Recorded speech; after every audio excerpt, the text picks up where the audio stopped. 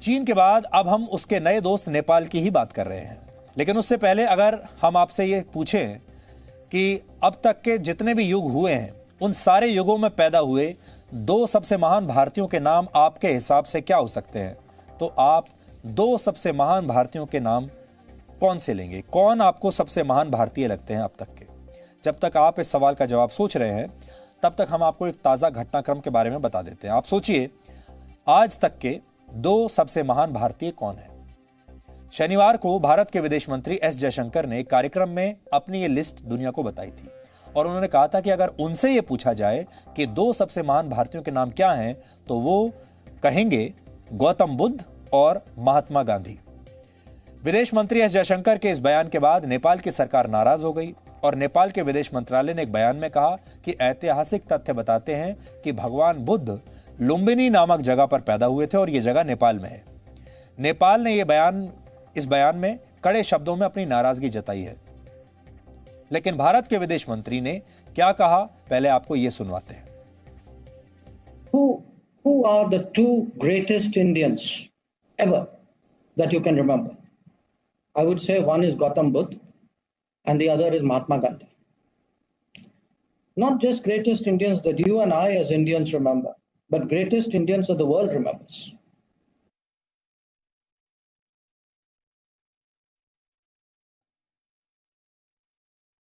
ये बात बिल्कुल ठीक है, जो नेपाल कह रहा है वो बात सही है कि भगवान बुद्ध का जन्म स्थान लुम्बिनी ही है और इसमें किसी को कोई एतराज नहीं कि ये स्थान आज की तारीख में भी नेपाल में है।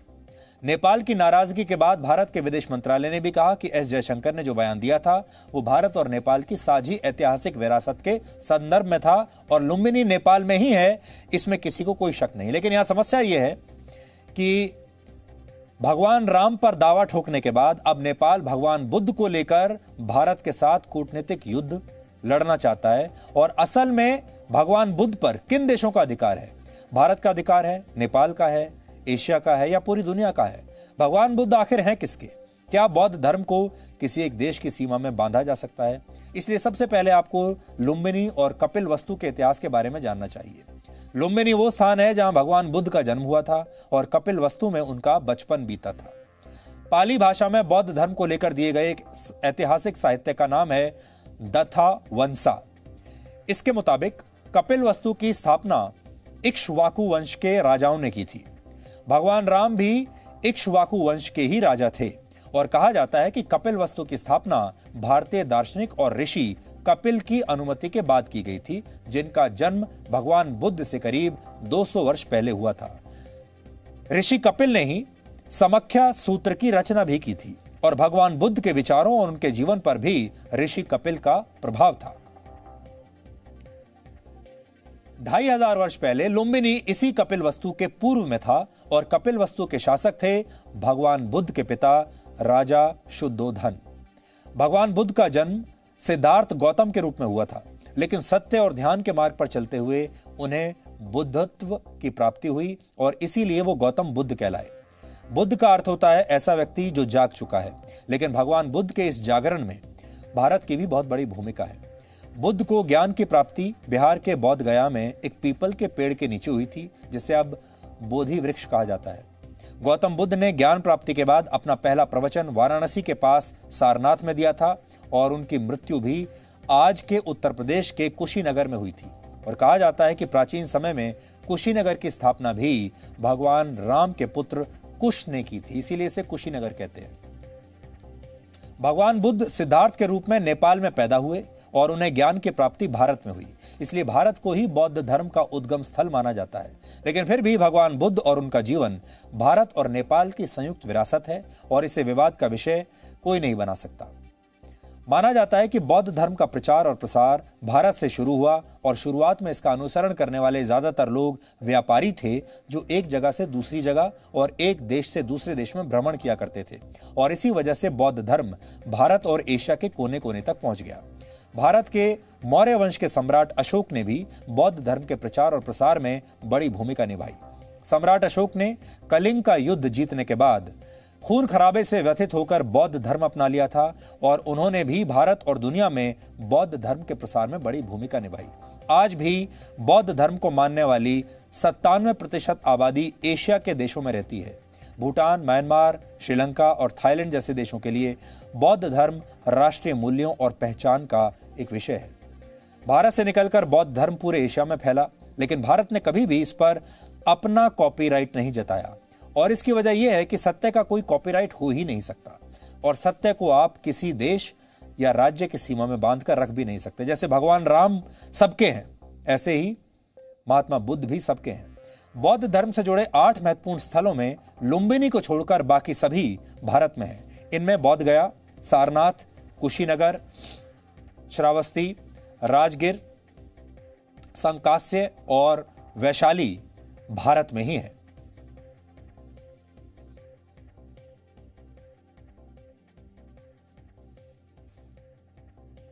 भगवान बुद्ध और बौद्ध धर्म भारत के लिए एक बहुत बड़ी सॉफ्ट पावर है, क्योंकि ये एशिया के एक बहुत बड़े हिस्से को आपस में जोड़ते हैं, और भारत इस सॉफ्ट पावर का इस्तेमाल दुनिया के एक बड़े हिस्से का नेतृत्व करने के लिए भविष्य में कर सकता है। और इसके पीछे 4 मुख्य आधार हैं।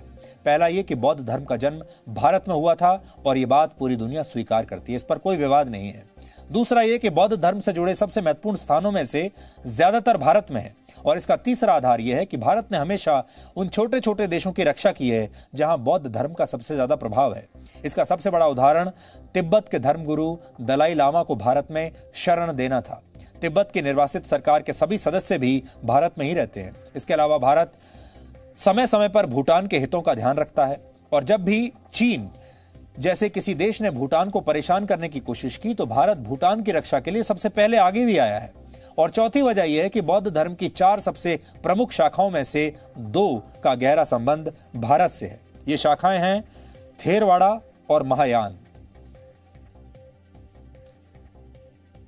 थेरवाड़ा की ज्यादातर शिक्षाएं भारत की प्राचीन पाली भाषा में ही सहेज कर रखी गई हैं, और बौद्ध धर्म की शाखा का गहरा प्रभाव श्रीलंका, कंबोडिया, लाओस, म्यांमार और थाईलैंड जैसे देशों पर है, जबकि महायान का प्रभाव चीन, Nepal, Taiwan, Mongolia, Korea, Japan, Vietnam और सिंगापुर जैसे देशों में है। इसलिए भारत बौद्ध धर्म को अपनी नई सॉफ्ट पावर बना सकता है।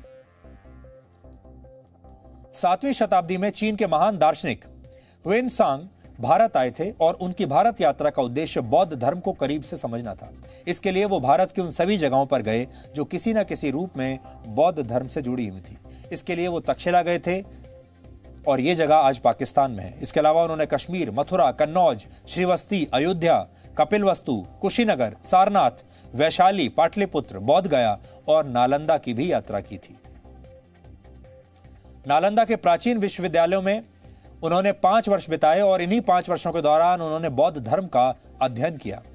चीन के एक दार्शनिक का भारत आकर बौद्ध धर्म को समझना यह बताता है कि भारत और बौद्ध धर्म को अलग नहीं किया जा सकता। हालांकि यहां नेपाल के दावों को भी हम खारिज नहीं कर रहे, लेकिन हम सिर्फ ये कहना चाहते हैं कि नेपाल को इसे विवाद का विषय नहीं बनाना चाहिए, और भारत के साथ अपनी संयुक्त विरासत पर नेपाल को गर्व करना चाहिए। लेकिन हैरानी की बात यह है कि नेपाल भारत के साथ अपने संबंधों में तो कड़वाहट पैदा कर रहा है, अपने नक्शे बदल रहा है। भारत के कई गांवों को नेपाल ने अपने नक्शे में शामिल कर लिया है। लेकिन जब चीन जैसा देश माउंट एवरेस्ट पर अपना दावा करता है और यह कहता है कि माउंट एवरेस्ट नेपाल में नहीं चीन में है, तब नेपाल कुछ नहीं कहता। इसलिए नेपाल को राजनीति से दूर रहकर सत्य को पहचानना सीखना चाहिए। हम अपने इस विश्लेषण का अंत भी भगवान बुद्ध द्वारा दिए गए एक वचन से ही करना चाहते हैं, और वो कहते थे कि अगर आप जीवन में सफल होना चाहते हैं तो सबसे पहला काम ये करें कि अपने आप से झूठ बोलना बंद कर दें और आप जो हैं उसे स्वीकार कर लें। लेकिन आज के दौर में सत्य को स्वीकार करना इतना आसान नहीं है, और सत्य ही कई बार विवाद का विषय बन जाता है। नेपाल ठीक ऐसा ही कर रहा है। इसलिए आज नेपाल को भगवान बुद्ध के दिखाए मार्ग पर स्वयं चलना चाहिए। नेपाल भले ही चीन के जाल में फंसा है और भले ही वहां के प्रधानमंत्री लगातार भारत विरोधी बातें भी कर रहे हैं, इसके बावजूद नेपाल की मदद करने में भारत कोई कमी नहीं छोड़ रहा। कोरोना वायरस के संकट से लड़ने के लिए भारत ने नेपाल को 10 वेंटिलेटर्स दिए हैं। ये वेंटिलेटर्स भारतीय सेना ने नेपाल की सेना को गिफ्ट किए हैं। यानी नेपाल को लेकर भारत के मन में कोई दुर्भावना नहीं है, आज भी नहीं है, और भारत मित्र होने का धर्म आज भी वैसे ही निभा रहा है जैसा पहले कर रहा था।